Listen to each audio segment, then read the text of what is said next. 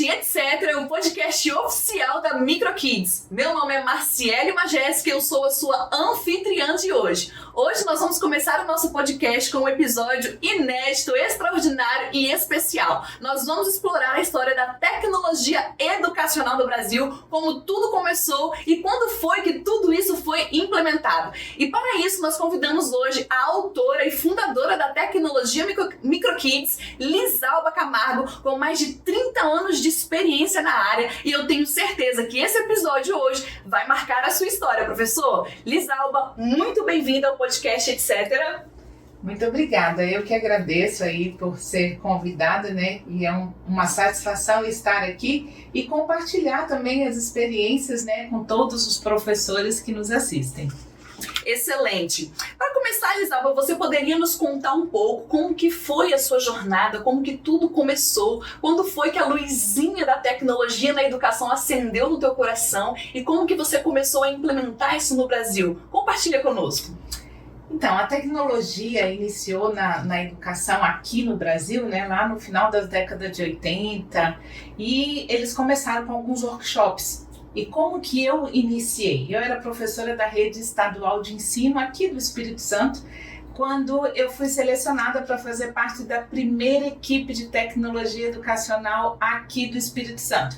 E daí nós iniciamos, isso foi no ano de 90, iniciamos então a trabalhar, a desenvolver com os alunos, né? Trabalhando assim com alguns workshops, algumas escolas, alunos a partir de 7 anos de idade e começamos a ter ali resultados.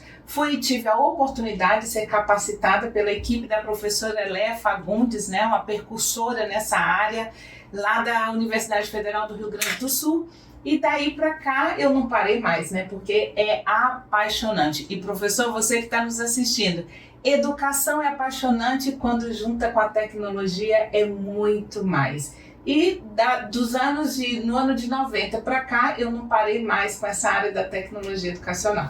Excelente, Lizalba. Realmente é maravilhosa a história contada diretamente pela autora. Com certeza vai motivar muitos professores aí a continuar atuando com a tecnologia educacional nas escolas. Vamos mergulhar um pouco mais fundo com a Lizalba para a gente poder explorar o máximo do conhecimento, até porque, né, é uma jornada muito longa no ramo da tecnologia educacional e nós temos interesse em saber muito mais. Lizalba, como que foi o início disso tudo? Conta pra gente uma história ou algo que marcou a história da tecnologia no início dessa história, a tecnologia na educação. Você se recorda dos primeiros dispositivos? Consegue mostrar isso pra gente, esclarecer isso pra nós?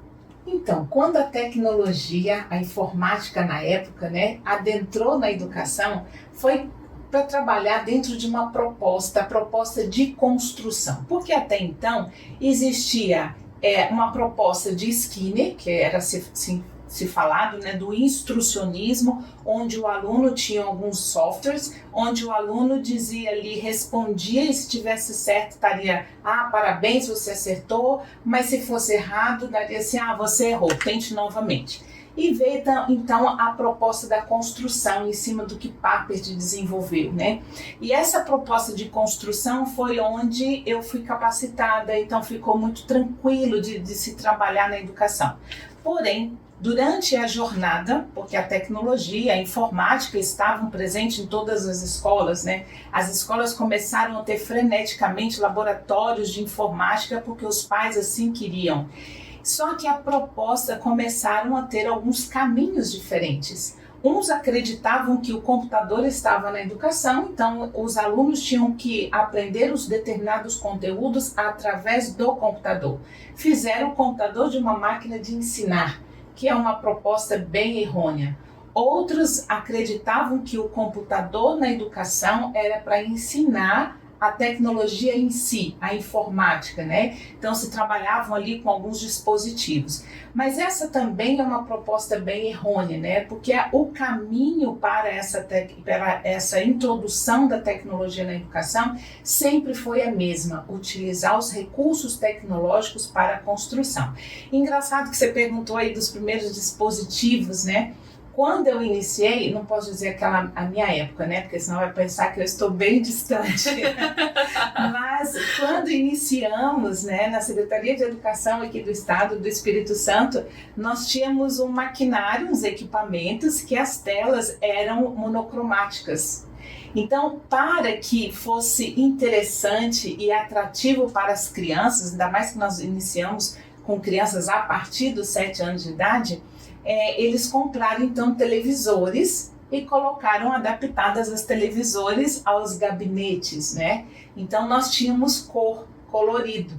E quando os computadores que usávamos para o ensino médio eram, enfim, monocromáticos. Para quem não sabe o que é essa tela aí, é aquela tela verde, né? Lá atrás, que ainda não existiam monitores coloridos. Então assim iniciamos e foi dando resultados, assim, foram dando resultados excelentes, né? Resultados muito positivos para a educação. Por quê? Porque quando o aluno utiliza os recursos tecnológicos para construir um processo do ensino-aprendizagem, nós estamos realmente dentro do caminho correto para se trabalhar com a tecnologia na educação. Excelente, Lisalba. Eu estava aqui realmente me perguntando o que era essa tela monocromática. Eu até anotei para poder te perguntar, mas que bom que você já esclareceu. Com certeza esclareceu a dúvida de muita gente aí que também está se perguntando. Lisalba, agora a gente vai entrar um pouquinho na aprendizagem, no impacto que a tecnologia provocou no ensino, na aprendizagem desses alunos. Como a introdução da tecnologia na educação afetou o processo de aprendizagem dos alunos ao longo desses anos? Sim, apesar de, desde o início, ter essa proposta da construção, como eu já disse, tiveram algumas jornadas, alguns caminhos um pouco errôneos, né? Mas quando você vem com essa proposta de construção e a tecnologia perpassando para as disciplinas, né, na época os componentes curriculares, as áreas de conhecimento, o aluno enxerga a tecnologia como um meio para ele construir, como um recurso para que ele construa, né? Então, quando o aluno ele é o protagonista, quando ele é o autor do seu conhecimento, tudo muda no processo de ensino-aprendizagem, porque o aluno ele vai fazer as suas pesquisas, ele vai utilizar vários outros recursos tecnológicos, mas dentro de uma proposta, dentro de uma metodologia pedagógica para que ele alcance os objetivos, né, dessa construção. Então, assim, trouxeram vários benefícios positivos para a educação. Excelente, Lisalba, excelente. Vamos falar um pouquinho dos desafios e das oportunidades que ocorreram no decorrer desses longos anos, até porque hoje a gente vive numa era que tudo está digital, tudo 100% tecnológico, e a gente tem aí a meta de envolver os nossos alunos nesse mundo, né, nesse mundo digital, e para que eles também cresçam aí nas futuras profissões que estão por vir. É claro que com todos esses avanços, também enfrentamos os desafios ao longo desses anos, né? Quais são alguns dos desafios mais comuns associados à tecnologia na educação e como que a gente pode superar? Qual o conselho que você daria para um professor que está tentando implementar, trabalhar com a tecnologia dentro da sala de aula, para que ele possa superar esses desafios que ocorrem? Bom, tem algumas perguntas aí dentro dessa pergunta enorme que você me fez, né? Sim. Mas vamos lá, vou começar pelo conselho que eu vou dar para o professor, se é que é um conselho, né? Mas professor, olha assim, de professor para professor, comece a enxergar o uso da tecnologia na educação como simples assim. Você já é autoridade na área, a parte pedagógica você tem o domínio, e o uso da tecnologia só vai trazer benefícios para alcançar os seus objetivos pedagógicos e para o aluno, conforme eu falei, né, toda essa construção. Agora, os grandes desafios que nós temos, não só nos dias atuais, como ao longo dessa jornada, são escolas mais bem equipadas, né? Em primeiro lugar aí são as escolas bem conectadas, bem equipadas, conectadas, a conectividade boa para ser trabalhada, os profissionais estando habilitados, capacitados, né? Então, formação de professor, melhores estruturas, infraestruturas nas escolas para que realmente dê para trabalhar com esses equipamentos, né? E quando eu falo infraestrutura, é no geral, é a conectividade, são espaços, são equipamentos para melhorar então todo esse processo da tecnologia, que hoje é uma realidade, é uma obrigatoriedade, podemos dizer assim, na educação, mas nós precisamos de estar melhorando todo esse lado. Excelente, tenho certeza que muitos professores vão se inspirar com a sua fala, até para poder encarar o desafio de trabalhar com os alunos, com a tecnologia de forma mais leve. Lembrar que eles são os mediadores e sempre serão autoridade dentro da sala de aula, né, Elisalba? Papel importantíssimo, né, do professor. Exato. Quais são as oportunidades futuras que você enxerga com a tecnologia educacional e como que essas oportunidades podem trazer, o que essas oportunidades podem trazer na educação? Como você vê o cenário da tecnologia educacional daqui a 5, 10 anos? Quais são as oportunidades que esse ramo da tecnologia reserva para as escolas, os alunos, os professores? Bom, eu vou falar do ideal, tá? Ok. Quem dera, né, professor, se as nossas escolas, se a nossa educação no Brasil estivéssemos no ideal. Não estamos. E olha, professor, só permita-me só um parênteses aqui. Professor, nós precisamos de iniciar o processo, independente das ferramentas que você tem na sua escola. Não adianta sentar e chorar porque você não tem uma conectividade muito boa da internet na sua escola, ou se tem equipamentos de última geração, não adianta. Se você tem algum recurso, trabalhar com a tecnologia desplugada, se você não tem equipamentos, então temos que começar, sabe? Todo o processo tem que ter um início.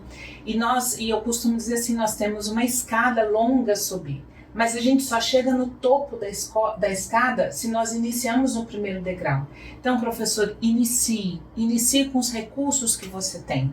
Então, como eu vejo a educação, a tecnologia dentro da educação daqui a 5 anos, é como eu gostaria de ter visto há 5 anos atrás, porque a educação, infelizmente, vai a passos lentos, né, nessa parte. Mas como deveríamos estar daqui a 5 anos? Com as escolas altamente equipadas, não tecnologia de ponta, de última geração, não é isso, mas toda uma infraestrutura e olhando para o aluno como um indivíduo integral e oportunizando aos alunos a esse acesso ao uso das tecnologias, porém de forma com que o olhar desse aluno, desse cidadão, seja para a tecnologia de forma para a construção das suas necessidades do dia a dia e não somente para ser um consumidor da tecnologia. Então nós não precisamos de metodologias e de tecnologias de ponta para o aluno simplesmente consumir, mas nós precisamos ter esse olhar para que o aluno utilize os recursos tecnológicos, seja ela até uma tecnologia mais simples ou de última geração, mas que eles não só utilizem a tecnologia como consumidores de uma tecnologia que outra pessoa fez, mas sim que eles as utilizem para a sua construção, ser uma pessoa construtor com a tecnologia. Excelente. E é muito interessante você falar sobre isso, Elisalba, porque a tecnologia microkids hoje promove até mesmo a computação desplugada, justamente para aquelas escolas que ainda não têm acesso, né, a um laboratório de informática, que podem utilizar os projetos Maker para começarem a trabalhar a questão tecnológica, a computação desplugada. Sim, e a tecnologia microkids, ela vem trazendo toda essa proposta, né? Aliás, permita-me fazer novamente um parênteses aqui, né, para contar a história um pouquinho da microkids, porque como eu falei, como eu iniciei e tive a oportunidade de ter caminhado aí toda essa jornada da tecnologia na educação, há 27 anos atrás, quando iniciamos, tivemos algumas inquietações pedagógicas. A nossa empresa é feita por pedagogos, né, por profissionais da área de educação, por isso que a gente fala muito de professor para professor. E quando começou a nos dar essas indagações pedagógicas, podemos dizer assim, e inquietações, nós pensamos o seguinte: bom, se o professor é autoridade na área, por que tanta dificuldade em trabalhar com a tecnologia dentro dessa proposta de construção, né? Então, em cima disso, começamos a pensar no seguinte: o que podemos fazer para dar subsídios para os professores, para que eles mesmos trabalhem com a tecnologia na sala de aula, né? Então, em cima dessas inquietações, começamos a estudar muito, vimos que no Brasil não existia nada, né, para esse objetivo. E aí começamos a perceber que o que o professor não tem medo? Em nenhum momento da história da educação, o professor não é medo, é receio, são barreiras, né, preocupações. E o que ele não tem? É material didático. Exatamente. Exatamente. O professor pega isso daqui e é um livro, do ele professor. Se sente em casa. Se sente em casa, isso. Exatamente. Então é dele, entendeu? De pegar, de folhear. Então você imagina 23 anos atrás, quando nós lançamos a primeira coleção de tecnologia educacional do Brasil. Até então não existia nada, né? Começamos a desenvolver uns 2 anos antes e no ano de 2000 nós fizemos o lançamento. Então, era um material didático que o professor tinha para fazer, né, a adoção ali, que ele pudesse então trabalhar em cima de projetos utilizando as ferramentas tecnológicas para a construção. Então, ele já tinha um subsídio para ele trabalhar. Quando ele pegava nesse livro, com toda essa metodologia dessa construção, ele se sentia em casa, como você falou. Opa, isso aqui eu consigo trabalhar. Isso, você tem familiaridade, né? Exatamente. Você torna mais confortável. Claro, e o professor não tinha essa barreira. Mas diante do computador, ele tinha uma certa resistência, uma certa barreira? Poderia até ter, mas a partir do momento que ele entendia que a construção é do aluno, o aluno que ia pegar os recursos do computador e ia utilizar para a construção dessas atividades que estavam propostas no material. Então o professor começava a ficar um pouco mais tranquilo. E diante de toda essa nossa jornada de construção, né, de desenvolvimento de projetos, nós desenvolvemos então os projetos que a gente chama de etc. Né? Que são continuados, né? Etc. porque são continuados. São continuados. E também é uma sigla, né? Que é Educação, Tecnologia e Construção. Então nós acreditamos e queremos passar isso para o professor com toda tranquilidade, que na educação tem sim que ter a tecnologia, porém de forma com a construção, né? Então, de forma construtiva, o aluno utilizando esses recursos para a construção. E diante de tantos desafios aí desenvolvimento desses projetos, desenvolvemos também o Maker, que é a tecnologia desplugada. Trabalhamos dentro de todas os eixos da computação, né? E agora, se quiser, fala um pouquinho sobre essa obrigatoriedade da computação, mas dentro desses eixos nós trabalhamos com o Maker, que também é uma tecnologia desplugada. Lisalba, realmente é assim, se eu posso dizer, uma sacada de mestre. Você, como professora, identificou a dor do professor. Ele está diante de um computador onde ele tem medo do que tem ali porque não é da área dele, é algo desconhecido. Então aquilo que é novo gera aquele receio, aquele medo. Então você, com a visão de águia, logo pensou: eu vou criar algo que ele tenha familiaridade para que ele consiga trabalhar a tecnologia num âmbito confortável e agradável. Então isso realmente foi uma sacada de mestre, e é por isso que a tecnologia microcredits tem avançado assim de forma absurda no Brasil.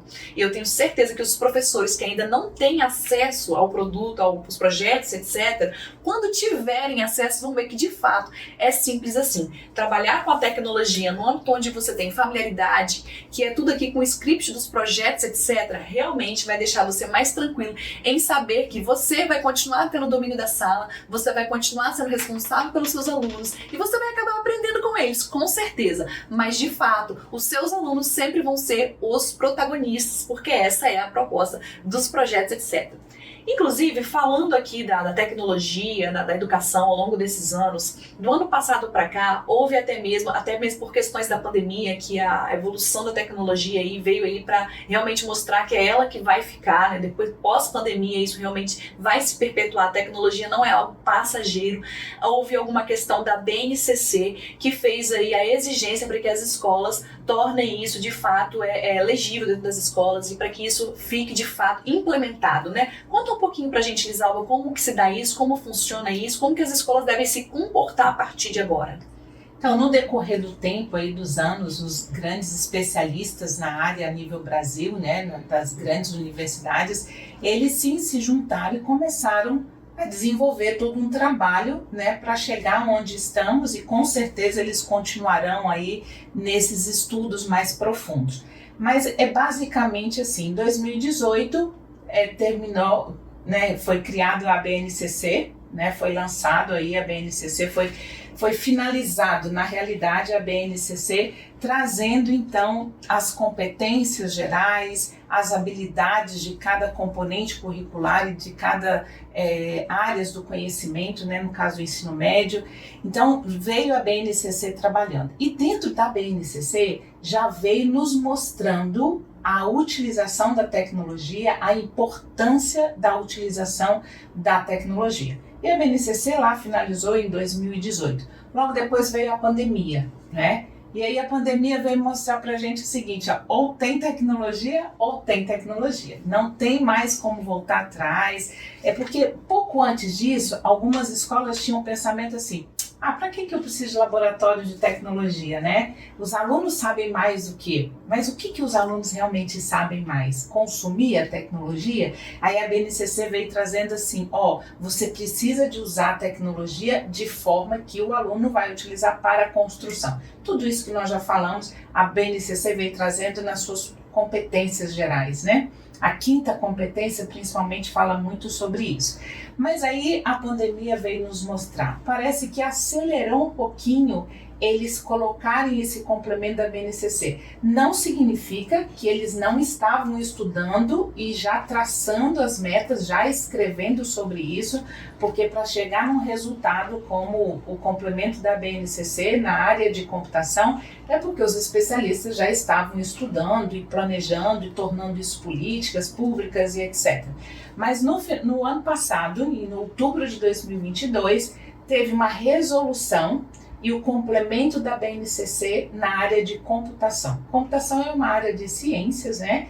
E eles vêm trazendo esse complemento, então ela faz parte da BNCC, trazendo então as competências e as habilidades que devem ser trabalhadas em toda a educação básica, né? E nessa resolução foi homologada esse complemento, essas normas da computação na educação básica, e a partir do dia 1º de novembro de 2022, as escolas então teriam um ano para se adaptarem, para estarem implementando toda essa área da computação na educação. Então esse prazo já se encerrou. Sim, já tem que estar dentro, utilizando, né, dentro da BNCC. Uhum. Isso já é obrigatório. Esse ano de 2023, o MEC ele já fez todo um trabalho e desenvolveu então a Política Nacional da Educação Digital, né? O PNED.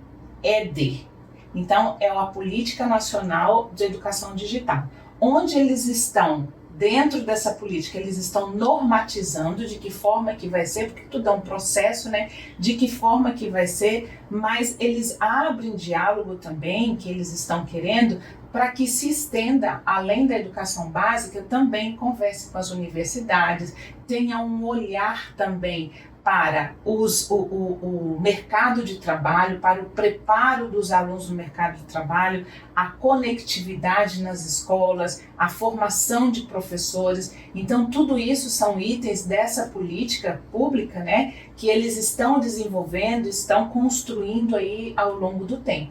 Então, acredito que muitas coisas virão em período de curto prazo. Que bom que o MEC tem esse olhar, está tendo esse olhar, porque, como eu disse, nós estamos atrasados na educação com a tecnologia, mas eu acredito que nós estamos sim no caminho, é um processo, e cada tempo a gente vai subindo um degrau, né, para nós chegarmos no ideal. Eu espero que chegue logo.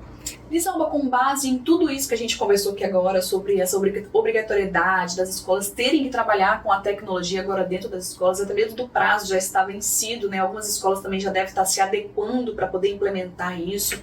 A tecnologia MicroKids hoje, juntamente com os projetos, etc., ela atende às questões da BNCC, as exigências da BNCC. Como funciona isso? Sim, boa pergunta. Toda a tecnologia MicroKids, ela é completamente aderente à BNCC e ao seu complemento na área de computação. Mesmo porque, bem antes da BNCC, né, no ano de 2007, o governo federal lançou um edital para fazer uma avaliação das tecnologias educacionais existentes, até mesmo porque eles perceberam que precisava de uma metodologia para se trabalhar com a informática, na época chamada, né?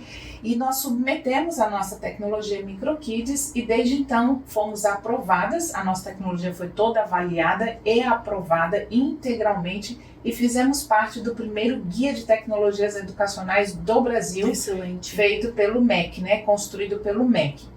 Em 2018, logo pós BNCC, foi lançado novamente um outro edital, agora em cima de critérios e evidências, né? Eram vários critérios, e você tinha que evidenciar os critérios que você dizia que estava atendendo, e nós submetemos novamente a tecnologia MicroKids e fomos aprovados integralmente, né? Então, ele tem todo o trabalho, todo completamente aderente à BNCC. Dentro do complemento da computação, eles colocaram os 3 eixos, né? O pensamento computacional, mundo digital e cultura digital. Inclusive nessa política que eu falei, nacional da educação digital, eles colocaram um pouquinho do direito digital dentro da cultura digital, mas isso é o que eles estão estudando e trabalhando. Mas nós estamos aderentes a esses 3 eixos da computação. Então, a escola hoje que quiser implementar uma tecnologia completa, que vai atender desde a educação infantil até o ensino médio, ou antigamente falava... Ensino médio. Ensino médio, Antigamente era segundo grau, né? Segundo grau, né? É na sua época? Na minha época. Então, desde a educação infantil até o ensino médio, vocês atendem a toda essa demanda das escolas que hoje precisam implementar a tecnologia. Sim. Toda a tecnologia MicroKids, os projetos, etc. Nós temos desde a educação infantil até o ensino médio e, inclusive, também para a educação de jovens e adultos. Excelente, Lisalba. Foi um prazer te receber aqui. Nós estamos chegando ao fim do nosso primeiro episódio do podcast, etc. Tenha certeza que terão vários outros podcasts, outros episódios com vários especialistas e as autoras da tecnologia MicroKids. E eu tenho certeza que vai ser momentos únicos para você, professor, aprender e construir com a tecnologia através do que nós vamos explorar aqui com vocês. Lisalba, muito obrigada por se dispor, por vir aqui, por compartilhar o seu conhecimento conosco, com os professores, nossos ouvintes, alunos, educadores e simpatizantes com a área, não é? Eu agradeço pela sua atenção. Imagina, eu que agradeço. E olha, só um adendo aí, né? A tecnologia MicroKids também tem todo um suporte, tá? Então, professor, se você trabalhar com a tecnologia MicroKids, fica tranquilo que você não vai caminhar sozinho. Nós temos toda uma equipe preparada para dar o suporte, a formação para o professor. Enfim, é para pegar que a tecnologia educacional MicroKids é simples assim. Excelente. O suporte realmente é algo que faz a diferença. Nós chegamos ao fim deste episódio. Se você gostou do conteúdo que você assistiu aqui, o que você tem que fazer agora é se inscrever no nosso canal, apertar o botãozinho aí de curtir, encaminhar esse podcast para os educadores que precisam conhecer todo esse conteúdo que foi explorado aqui no nosso podcast. E eu te vejo no próximo episódio.